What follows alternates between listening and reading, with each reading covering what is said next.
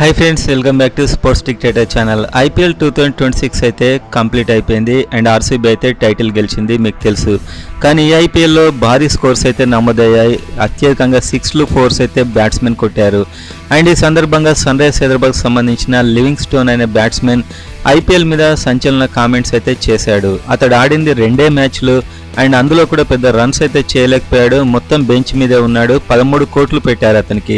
అతడు మాట్లాడుతూ ఐపీఎల్లో టాలెంట్కి లేకపోతే స్కిల్కి అసలు ప్లేసే లేదని, బ్యాట్స్మెన్ 6లు 4లు కొడుతూ ఉండడం తాను బెంచ్ మించి చూడడం చాలా బోరింగ్గా అనిపించిందని చెప్పాడు. అంటే స్కిల్ అనేది ఇప్పుడు ఐపీఎల్లో లేదని అండ్ అదేవిధంగా ఇంపాక్ట్ ప్లేయర్ వల్ల ఇంకా ఐపీఎల్ మీద బోర్ పెరిగింది అని చెప్పి అతడైతే అన్నాడు.